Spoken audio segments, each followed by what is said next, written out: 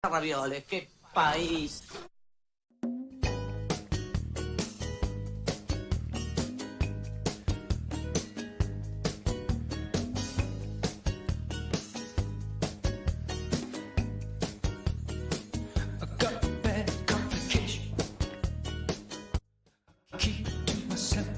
Segundo bloque de clase B y ahora sí, nos sumergimos en la entrevista con Alejandro Raz. Ahora está a mi derecha, así que lo pueden ver vía .0.me/tv y seguramente lo está grabando el señor Sergio Ceneri, así que después también lo van a poder ver en el canal de YouTube de Punto Cero. Bueno, bienvenido, sí, ya ha sido bienvenido acá. Y vamos a hablar un poquito de lo que es tu película Alicia, que digamos estás de estreno. Y en primer lugar, digamos, estaría bueno hacer como una puesta en contexto de decir, bueno, ¿qué es Alicia y cómo surge? Para quien no sepa. Bueno, Alicia surge principalmente de una experiencia personal. Mi vieja murió hace más de 10 años y ella murió de cáncer después de una enfermedad larga de 9 años. Y fue muy fuerte para mí, porque yo venía medio negando esa enfermedad y el suceso de que un médico venga y te diga ya no podemos hacer nada, son las últimas semanas, fue de un impacto muy fuerte, del cual me costó bastante desprenderme, ¿no? Entonces yo estaba cuando mi vieja murió quedé muy pegado esas últimas 2-3 semanas. Y el proceso de esta película surgió también de encontrar la manera de salirme de ese impacto y tratar de recuperar algo de más atrás que me ayude a tener un legado de mi vieja y un recuerdo un poco más feliz que ese trauma último. Un poco de ahí surge la necesidad de contar esta peli. Hiciste a la hora de escribir, digamos, ¿qué tanto te distanciaste y qué cosas sí tomaste de tu propia historia para reflejarlas en la película? Bueno, hay algo que es muy referencial de ese momento, que es que mi vieja murió en un sanatorio en Colegiales, que era bastante... era mejor. Que era bastante horrible, y nosotros vivimos todo ese proceso como con ella también, digamos, como todo el tiempo muy incómodos y queriendo irnos de ahí, ¿no? Incluso habíamos empezado a hacer ciertos trámites para poder llevarla a su casa y bueno, con enfermeros y sueros por ahí podía estar ahí, pasar sus últimos momentos ahí.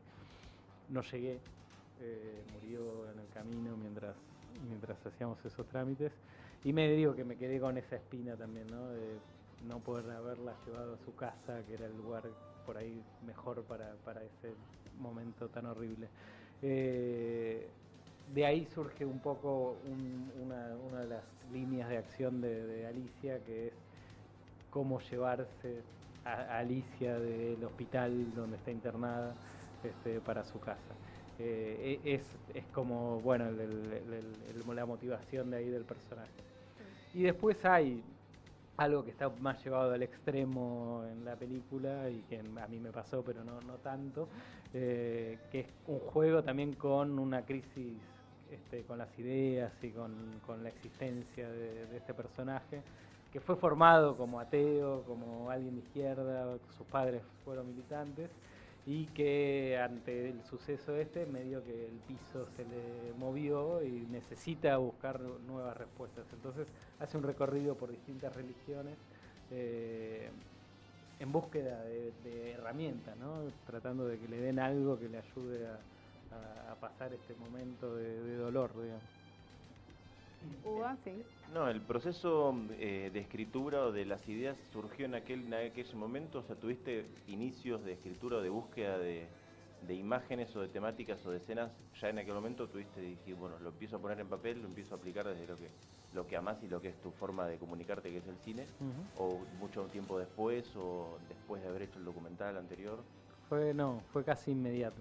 Mi vieja murió en el 2006 y yo diría que en 2007 empecé a pensar y en 2008 empecé a escribir. una escritura que poco tiene que ver con lo que es hoy la película, pero y que se fue alejando de eso con el paso del tiempo, pero que fue nada muy catártico también, ¿no? Como una necesidad de escribir y de expresar y de ver de qué manera, ni siquiera pensando, yo era muy joven también, o sea, cuando murió mi vieja tenía 26 años, hacer una película para mí era algo muy lejano, digamos, entonces no estaba como una posibilidad inmediata, digamos. Después cuando hice la de Mariano, ahí tuve la posibilidad de tener un nombre desde el cual por ahí construir la producción para hacer esta película que venía de antes, ¿no? Claro. Ah, bien. Y digamos, lo que tiene que ver con Vos Acobras es como una ficción y parece que estás incursionando en la ficción después de hacer tu documental, digamos. ¿Cuáles son las inquietudes diferentes que hay a la hora de decir, bueno, me sumerjo en el documental y ahora hago un pase a la ficción? ¿Por qué no repetir? Digo, podrías haber repetido el formato documental para contar la misma temática. Digo, ¿cuál es la decisión? Mira, a mí el tema de los límites entre los géneros del documental y la ficción siempre me interesa charlarlos y ponerlos en tela de juicio también, ¿no? Contradictoriamente, cuando hice la de Mariano, nosotros teníamos como un deadline muy certero, que era que queríamos llegar a estrenar la película durante el juicio oral a los responsables del asesinato de Mariano. Entonces, medio que teníamos que correr. Eso hizo que nosotros usáramos muchas estrategias más parecidas a la ficción que al documental, narrativas, digamos, ¿no? Claro. Entonces hay una voz en off que está escrita, hay una reconstrucción que es una reconstrucción casi ficcional. Una estructura marcada desde el vamos, porque desde el no es que guión, uno la encuentra absolutamente. en documental, porque el documental, viste, a veces encontrás la estructura cuando estás editando, ahí ya estaba marcadísima la estructura. Totalmente. Nosotros partimos de un libro que es de Diego Rojas, que es homónimo de la película, y que tenía esa estructura ya y en la cual nosotros más o menos nos basamos para construir, y fuimos con un guión. Claro. Y fuimos a la sala de edición con esa estructura, un cambio más, cambio menos, pero eso permitió hacer más o menos rápido la película. Y acá, contradictoriamente, el camino fue un poco más alejado de ciertas estrategias de ficción, y me interesó también la búsqueda documental en la ficción. Entonces hay muchas secuencias en la peli que son casi documental. El personaje está, por ejemplo, en un acto de frente izquierda que filmamos con el actor, con un equipo más cercano en términos productivos a un equipo de documental. También hicimos lo mismo en la procesión a Luján, que se hace en octubre todos los años, lo mismo en una misa del Pastor Jiménez, y también en un velorio judío, que es un velorio real, donde fuimos ahí también con el actor. Y medio que no había cosas guionadas, cosas que queríamos que pasaran, pero nos entregamos también a lo que fue pasando en ese devenir también del documental, que es un lugar donde yo me siento cómodo y me gusta enfrentarme a la realidad también y modificar lo que uno tiene en la cabeza en función de lo que pasa en esa dinámica. Era medio riesgoso porque también pegar eso con un rodaje más clásico de ficción era un riesgo, pero a mí me gusta cómo quedó y me parece que es una marca de la peli también, como claro. ese registro documental mezclado con la ficción, que digamos tiene cosas que funcionan mejor y otras que funcionan peor, pero bueno, era producto del riesgo también, ¿no? Te hago una pregunta que tiene que ver con el tono de la película, digamos, ¿cuál fue la decisión, en qué momento llega la decisión de practicar con ese tono tan particular que tiene más que nada en el personaje principal, y cómo lo fuiste construyendo? ¿Con qué base? Lo del tono es muy complejo para mí y también, y es algo que me da mucho miedo en general, porque es muy difícil tener conciencia en rodaje de eso, y por ahí se te fue y no lo agarraste. Entonces es algo que pensamos mucho y discutimos mucho. nosotros veníamos de una referencia, incluso la escritura al principio iba más por ese lado, algo más histriónico, si se quiere, cercano, muy cercano al cine italiano, en una actuación muy para afuera y muy exteriorizada.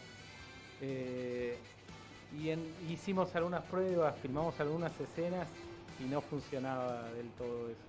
Y tipo Nanni Moretti decís. Claro, Sí, bueno, claro, me algo imagino. de esa onda. Sí, Nanni Moretti, Lina Wertmüller, es un cine que a mí me gusta mucho, que acá está poco realizado y que me interesaba ir por ese lado. Pero es algo que quedó también lejos en el tiempo, en lo que es el desarrollo de la cinematografía en las últimas décadas. Entonces probamos eso y nos hacía un poco de ruido. A partir de ahí trabajamos, por un lado el guión, lo empezamos a reducir. Antes tenía una voz en off muy cargada, que decía un montón de cosas, era muy declamativa, y eso lo empezamos a limpiar. También por una cuestión de presupuesto, digamos, porque teníamos que volar personajes y cosas que pasan horribles cuando uno tiene que enfrentarse a la realidad de la producción. Y entonces también trabajamos mucho con Martín, que Martín es un actor que viene del teatro. Nosotros habíamos hecho un corto también que se llamaba Gestación, que también tenía un tono de actuación muy para afuera. Y juntos empezamos a laburar cómo meternos en su mundo interior y en lo que le pasaba por dentro y en cómo él iba transitando este duelo y este recorrido también por las distintas religiones. Y fuimos más o menos encontrando el tono, y fue clave también Leonor ahí, Sí. porque te marca el paso de una manera fenomenal. Y ella fue un ancla para ese tono buenísimo, pues si no, por esto decía que es muy fácil irse, digamos, del tono. Con ese laburo que habíamos hecho con Martín y con ese ancla de Leonor, pudimos tener un surco por donde ir, digamos. ¿Y Leonor Manso en qué momento aparece? ¿Desde el principio, desde la escritura? ¿En qué momento aparece ella con su nombre, digamos? Mirá, yo le ofrecí el papel a Martín en el 2009, mientras estábamos filmando este cortito, que en realidad lo filmé también para experimentar un poco con estas ideas y con este personaje. No sabía ahí quién iba a ser la madre. Y bueno, cuando filmo la de Mariano, que es en el 2013, ahí Leonor hace un pequeño papel, hace de secretaria de Pedraza en una voz en off que graba. Y ese día estuvimos grabando y la verdad me cayó fenomenal ella y pegamos mucha onda. Y nada, después fue medio natural que tenía un papel de una madre de edad, y dije, o sea, Claro. no, tiene que ser ella. Y nada, le pasé el guión y enseguida se copó. La sumé, y ahí también se nos ocurrió esto de que, o sea, Patricio, que es es ex marido de Leonor, y en el guión había un personaje que era el ex, dijimos, bueno, puede ser que funcione. Lo hablé con Paloma, que es la hija de ambos, y que yo la conocía desde antes. Le dije, che, Paloma, ¿qué pensás de esto? ¿Cómo se llevan ellos? ¿Pensás que puede andar? Ella me dijo, se llevan bien, pero lo consulto yo con ellos. Y habló con cada uno, y después me dijo, hablé con los dos, están los dos dispuestos, así que dale para adelante. Y nada, así que se sumó Patricio también, y ahí modificamos un poco un papel que es el papel de la enfermera, para que también Paloma pudiera hacer ese papel y tener a toda la familia en pantalla. Hugo. No, te quería preguntar algo más operativo quizás. ¿Cuándo fue que terminaste la película? En el 2017 la terminé. 2017. ¿Y qué hace? 2017, comienzo de 2018. ¿Y cómo es para la gente que no está tan acostumbrada al medio nuestro, o al medio del cine, de terminar una película tanto tiempo hasta que estrenarla? ¿Cómo lo ves vos eso? ¿Qué pasa en el medio? ¿Qué hace un director en el medio? ¿Qué pasa con eso? En que nosotros estamos acostumbrados a ver yankees que terminan una semana antes la película y sacan el DCP en 3 días y está en todas las series del mundo y ya saben cuándo van a estrenar cuando escriben la primera línea del guión. ¿Cómo es el otro lado, viste? Acá el lado B Argentina de guerrilla, de cómo es terminar una película hace 1 año y medio o 2 años y cómo estrenarla después de tanto tiempo. Rarísimo. Y me sigue pareciendo extraño, digamos. Porque uno ve una película así que terminó hace mucho. También tiene sus cosas buenas, ¿no? Porque uno se despega también y la ve y se vuelve a enamorar de la película. Eso está bien, pero bueno, es raro, porque también uno hace eso porque, para explicar un poco, porque se supone que haces un recorrido de festivales, y si te va bien en el recorrido de festivales, tenés la posibilidad de estrenar con otra espalda, y para un cine independiente, que en general tiene muchos problemas para acceder a la exhibición, esa espalda por ahí permite un empujoncito. Pero bueno, sí, es toda una rueda de 1 año, que en nuestro caso no rindió muchos frutos, digamos, fuimos solo a un festival de cine latino en Trieste, incluso no entró acá al Albafí, sino entró a Mar del Plata. Y si me preguntás ahora, con el Diario del Lunes, lo hubiese estrenado antes, pero bueno, nada, también es como una apuesta que uno hace y que es necesaria. Producto de que hay cosas que funcionan mal, digamos, ¿no? Porque en realidad lo lógico sería que por ahí uno presente a festivales mientras se estrena y que el festival sea un premio a lo que uno hizo y no tanto la necesidad de juntar esos laureles para poder estrenar, porque estrenar debería ser algo lógico de algo, se produce en una película es para estrenarse. La consecuencia lógica del rodaje con su fin, ¿no? Claro, sí, no necesitar ese espaldazo de la prensa y de que se viene hablando de la película y que se estrenó y que salió en tal lado, como para llegar a la gente, que la gente esté más cerca del cine que se hace acá desde el vamos, o sea, no sin necesidad de tanto. Sobre todo porque además eso produce algunas ¿cómo se dice? No me sale la palabra, pero cierto anquilosamiento también de la producción, ¿no? Porque finalmente hay películas que se terminan produciendo para los festivales. El festival es un mundo de lobby y de presiones y de amiguismo en el cual entramos todos y es bastante horrible. Y también hay películas que no terminan, por fruto de este mercado que funciona mal, no terminan enfrentándose con un público. Entonces, es raro una película sin una relación con el público, porque vos cuando ves, ayer tuve la función de estreno, 300 personas en la sala, y ver una película así no puede no modificar tu pensamiento sobre tu producción. Si se ríen en un momento, si se emocionan en otro, de qué dicen después, todo eso, por más que uno no hace cine solo para entregarse al público, sino también por una necesidad de expresarse, digamos, se termina el círculo ahí, digamos, si no, hacer una película para guardarla en un cajón, para mí no tiene sentido, ¿no? ¿Hugo? ¿Tenés alguna duda más? ¿Una pregunta, consulta, propuesta? No, bella sorpresa de Kate Jarrett al final, sí, ¿no? Claro, yo vine escuchando, viste que es un tema medio extraño, y yo decía, qué bueno, y me quedé con los créditos. Me encantó que haya utilizado un tema así, porque uno lo tiene incorporado, los acordes, un tema improvisado encima. Es una obra, es un concierto en vivo, todo improvisado. En Colm.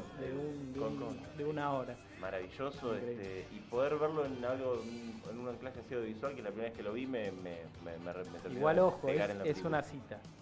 La escena que está en el cine es una película de Nanni Moretti que se llama Caro Diario, donde Nanni Moretti dice, nunca, está en italiano y no lo traducimos a propósito, dice, nunca fui, repasa unos periódicos, dice, nunca fui al lugar donde mataron a Pasolini. Y agarra su famosa Vespa y se va en un viaje, y es increíble la secuencia porque son 5 minutos del piano de Kate Jarrett y una toma desde atrás de la Vespa yendo hacia el lugar, muy emocionante.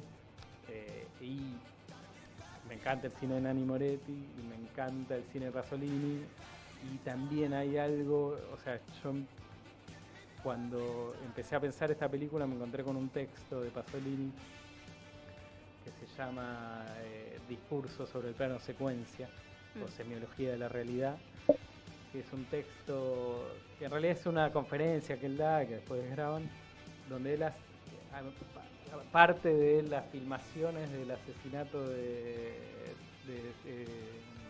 Kennedy, y empieza a hablar de los puntos de vista, qué sé yo, y termina diciendo o desarrollando la idea de que la vida es como un gran plano secuencia, donde nosotros estamos todo el tiempo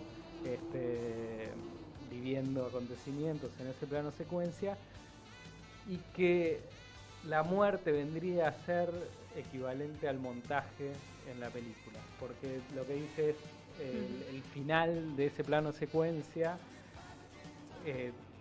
no deja que nuevos elementos de sentido se incorporen a la película y se incorporen a la vida. Entonces finalmente la muerte y el montaje son lo que le terminan dando sentido a la vida y poniendo en jerarquía esos elementos y dándole un sentido general y dejando un legado, ¿no?, en la película y en la vida. Entonces ese texto a mí me encantó y me pareció estaba mucho más directa esa referencia, y ahora quedó como ese piano y ese viaje hacia el lugar donde asesinaron a Pasolini.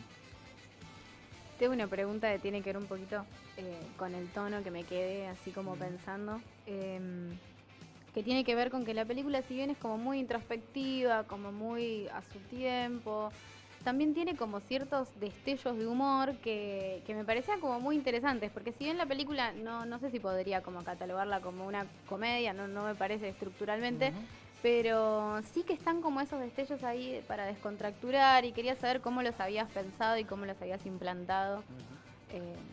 Bueno, así como, digamos, me interesaba que los personajes no tuvieran esa solemnidad por ahí a la que te lleva en la temática, un tema tan duro como la muerte. Claro. Entonces el tono también estaba buscado en una cosa más muy forzado y muy asentado en el vínculo entre ellos dos, en un vínculo natural y querible también, ¿no?, entre madre e hijo, que es algo que trabajamos mucho con los dos actores.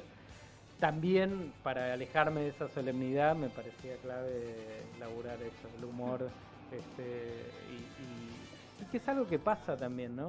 Claro. Cuando uno está, a mí me pasa, por lo menos, cuando las veces que transité momentos tan duros y difíciles, me sale también hacer chistes y reírme de la situación para romper un poco ese hielo que se arma también en una circunstancia. Y en eso, o sea, mi vieja era cómplice también en esa circunstancia, ¿no? No es que era algo que yo hacía para... y me parece que está bueno, y que es algo que por ahí no le pasa a todo el mundo, pero a muchos nos pasa, y que está bueno reflejarlo de ese lado también, porque también yo lo pensé muchas veces, ¿no? Pero a mí me dicen, che, vamos a ver una película sobre una enferma de cáncer que se está muriendo, y te digo, no, veamos una de Netflix, ¿no? Claro. Entonces, nada, también aclarar que no está tratado desde ese lugar tan pesado, sino que tratamos de reflejarlo de una manera lo más, lo menos solemne posible, digamos, ¿no? Y vos tenés como tu cameo, tu momento en pantalla. ¿Por qué decidiste participar de ese momento? Es gracioso, pero ese personaje estaba escrito, digamos, y no era yo, era un amigo del personaje. Se reúne en un bar y no encontrábamos quién lo hiciera, también estábamos con mil cosas, claro. Y en un momento el Juan Martín Su, que es el chino productor de la película y muy amigo, me dice, lo tenés que hacer vos. Digo, no, ni pedo. No, sí, bueno, me convenció, y tiene una cosa, una doble lectura también, porque el personaje de Jota es muy un alter ego mío y es divertida también la situación de que mi alter ego se reúna conmigo y charle, así que nos divertía hacer ese juego también. Igual Sí. hice 2 escenas y una me la volaron en el montaje, así que... Ni siquiera pudiste vos. ¿viste? Un buen montajista. Para ganarte esa discusión debe ser un buen montajista. Sí. Anita Remón, muy mala persona Gran y montajista. gran montajista. Así tiene que ser. Una más, yo tengo una más que para cerrar que me interesaría saber qué cine, vos ya mencionaste a algunos directores así que te gustan mucho, pero me gustaría saber un poquito más qué cine mirás, qué tipo de espectador sos, qué buscas en una película. Miro de todo, la verdad, y me pasa algo con el cine que es que aunque vea una película mala le encuentro algo y me puedo colgar con cosas, digamos, pero en general me gusta el cine que me hace empatizar y que me hace emocionar y en el cual encuentro emoción. Pero también van a hablar de La Favorita, por ejemplo, donde es difícil empatizar con los personajes, pero es un peliculón. Y Sí. la verdad que es oscura y es rara, qué sé yo, pero tiene tantos elementos de disfrute que está buenísimo. Vi una película hace muy poco que me encantó, que recomiendo mucho, que es Arabia, una película brasilera sobre un obrero metalúrgico que muere en un accidente y encuentran un cuaderno de él donde tiene escrito un poco su historia de vida, pensando en una obra de teatro que se iba a armar en un grupo de teatro de la fábrica, y a partir de eso arman todo un flashback de su vida desde que estuvo preso y los laburos en laburos golondrinas hasta llegar a la metalúrgica.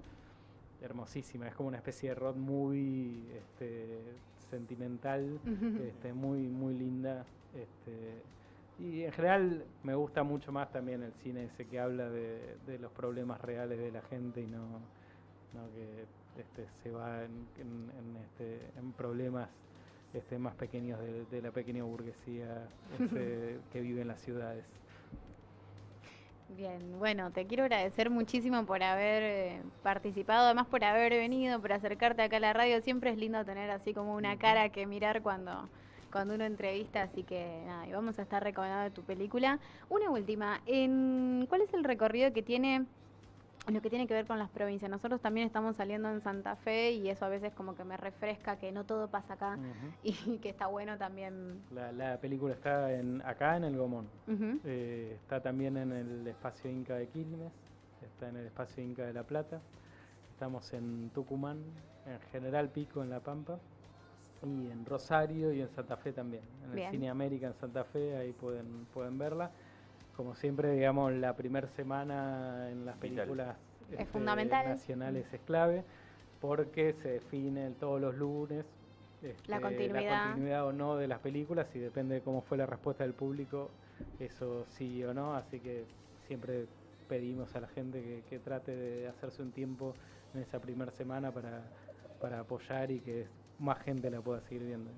Vamos a pedir que vayan este fin de al cine a ver a Alicia, así que te agradezco muchísimo una vez más por haber venido. Gracias a ustedes. Y ahora vamos a escuchar la segunda canción de la jornada y después volvemos para hablar de La Favorita con el señor Hugo Meyer.